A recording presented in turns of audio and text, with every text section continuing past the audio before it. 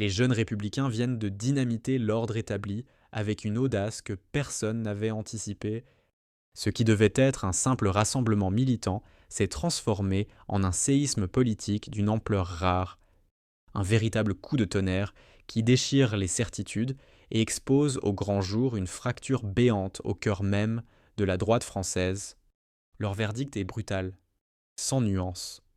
Sans fioriture, ils exigent la démission immédiate d'Emmanuel Macron, pas un avertissement, pas une critique voilée, une demande frontale, tranchante, implacable et qu'ils accompagnent d'un rapprochement assumé avec le Rassemblement national, un alignement idéologique qui aurait été impensable il y a encore quelques mois et qui aujourd'hui devient la lame de fond qui menace de renverser l'appareil républicain traditionnel.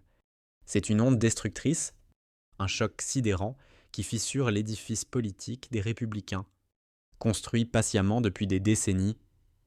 Et si cette explosion est si importante, c'est parce qu'elle pourrait redessiner tout le paysage politique français, renverser les alliances, renvoyer les vieux équilibres au musée des illusions perdues. Ce n'est pas une simple polémique de saison, c'est un basculement historique qui se joue devant nos yeux. Le décor de cette révolte est presque surréaliste. Le parc Astérix, un lieu de divertissement devenu en un instant une arène politique brûlante, là où résonnent habituellement les cris des familles et les rires des enfants. C'est une colère froide et déterminée qui a retenti. Emmanuel Macron, dans ce contexte improbable, se retrouve face à un public qui n'est plus un public, mais un jury, autrefois admirateur, aujourd'hui révolté, une métamorphose brutale.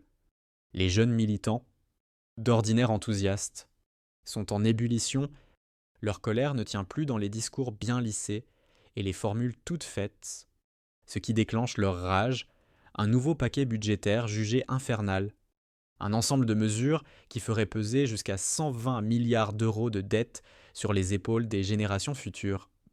Un poids étouffant, un fardeau sans retour, un héritage toxique qui menace d'écraser leur avenir. C'est cette addition monstrueuse qui met le feu aux poudres et rien ne semble pouvoir l'éteindre. Alors que retentit High Hopes, chanson symbole d'espoir devenue sarcasme sonore. Macron monte sur scène, celui qui incarnait le renouveau, l'étincelle d'optimisme, arrive désormais comme l'homme qui a trahi. Il tente pourtant son numéro préféré, l'offensive de charme. Remerciement appuyé, chaleur calculée, nostalgie habilement convoquée, rien ne prend. Les jeunes républicains ne sont plus dupes. Ils veulent des réponses, pas des volutes de belles phrases. La question est simple. Directe, implacable. Le plan budgétaire peut-il être adopté sans faire exploser la dette? Oui ou non? Et c'est là que Macron se décompose. Il esquive, tourne, contourne, évoque des débats parlementaires interminables, brandit des réformes promises pour 2033 comme des talismans futuristes, parle d'une croissance magique censée dissoudre les inquiétudes dans un nuage d'optimisme forcé, mais la salle reste pétrifiée.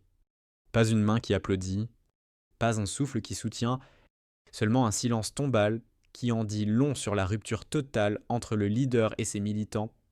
Son discours est un brouillard épais, un labyrinthe verbal sans porte de sortie, pas un engagement net, pas une solution concrète, juste une dilution de responsabilité qui accentue encore la méfiance.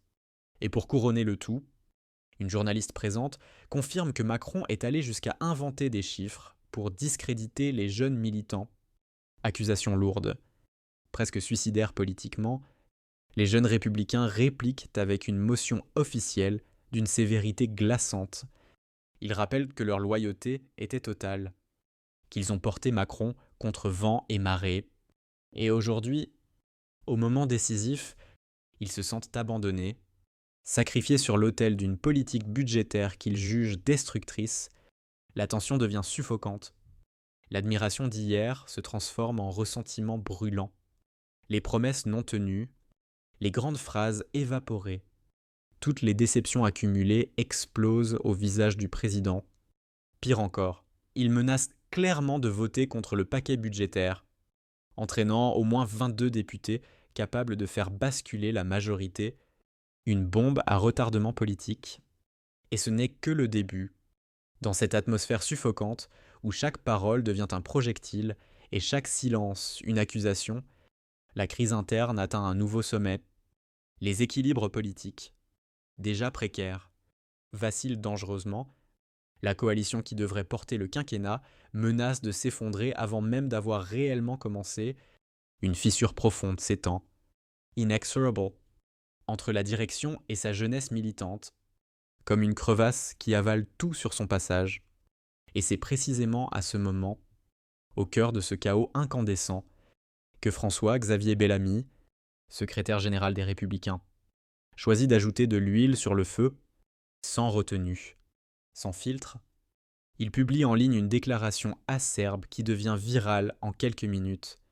Il qualifie le Rassemblement national de parti de l'apocalypse, attaque personnellement Jordan Bardella, qu'il accuse de ne pas être capable de citer 3 choses positives sur la France sans grimacer, et se présente lui-même comme le champion d'un optimisme républicain prétendument salvateur, une mise en scène politique maladroite, presque caricaturale, qui tombe en plein milieu d'un incendie interne déjà hors de contrôle. Mais derrière ces effets de manche se cache une réalité bien plus brutale, car ce que Bellamy refuse d'admettre, c'est que l'alternative réelle au RN n'est pas le parti qu'il représente, affaibli par des années de concessions molles et de batailles internes. L'opposition solide vient aujourd'hui du Parti socialiste, des Verts et de la gauche progressiste, qui imposent leur agenda idéologique sans difficulté, et ce fameux paquet budgétaire dévastateur en est l'exemple parfait, un sacrifice financier colossal imposé au nom d'une vision politico-sociale qui ignore complètement les préoccupations conservatrices traditionnelles. Bellamy tente alors une pirouette rhétorique, accuser le RN de nihilisme. Mais c'est ignorer l'essentiel. Le Rassemblement national ne joue pas à se faire peur. Il met simplement en lumière ce que les autres préfèrent taire. La sécurité, l'immigration incontrôlée, la pression fiscale insoutenable, la bureaucratie étouffante, autant de problèmes qui rongent le pays depuis des années. Et face à cela, que proposent les républicains actuels? Des discours vides, des compromissions sans fin, une nostalgie vague pour un gaullisme dont ils ne conservent plus que le décor poussiéreux, le RN.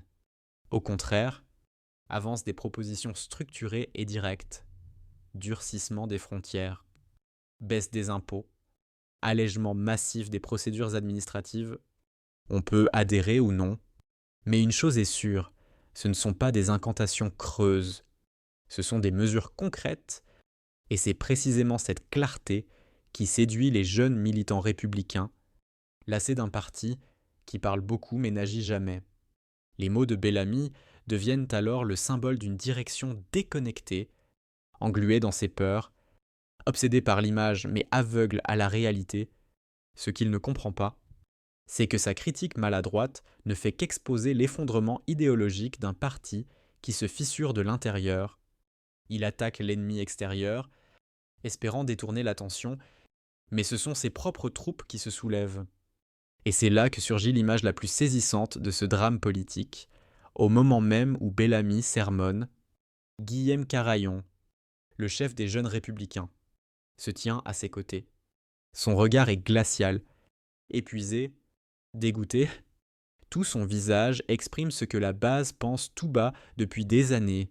La vieille garde ne comprend plus rien, ne représente plus rien, ne tient plus rien.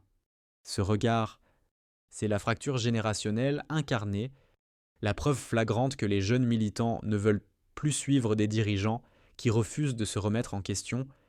Le clivage n'est plus seulement idéologique, il est existentiel. Pour les jeunes, l'urgence est réelle, palpable, quotidienne. Pour la direction, elle est théorique, abstraite et diluée dans des analyses technocratiques. Macron, Louis tentent d'éviter le naufrage en s'appuyant sur la gauche modérée, un pari risqué, dangereux même, car cette dépendance l'enferme dans une impasse stratégique, sans alternative conservatrice solide, sans appui stable. Il est prisonnier d'une coalition bancale, où chaque vote devient une bataille rangée. Les 22 députés que les jeunes républicains menacent de mobiliser pourraient suffire à faire s'écrouler toute sa majorité fragile. La conclusion s'impose alors d'elle-même, nous sommes à l'aube d'un bouleversement politique majeur. Le parti se délite. Les soutiens historiques se retournent. La jeunesse se rebelle. La majorité vacille. Et au milieu de cette tempête, une vérité s'impose avec une force implacable. Ce système politique, tel qu'il fonctionne aujourd'hui, ne tiendra plus très longtemps. Ce qui arrive maintenant n'est pas une tempête passagère. C'est le début d'un renversement profond, peut-être irréversible,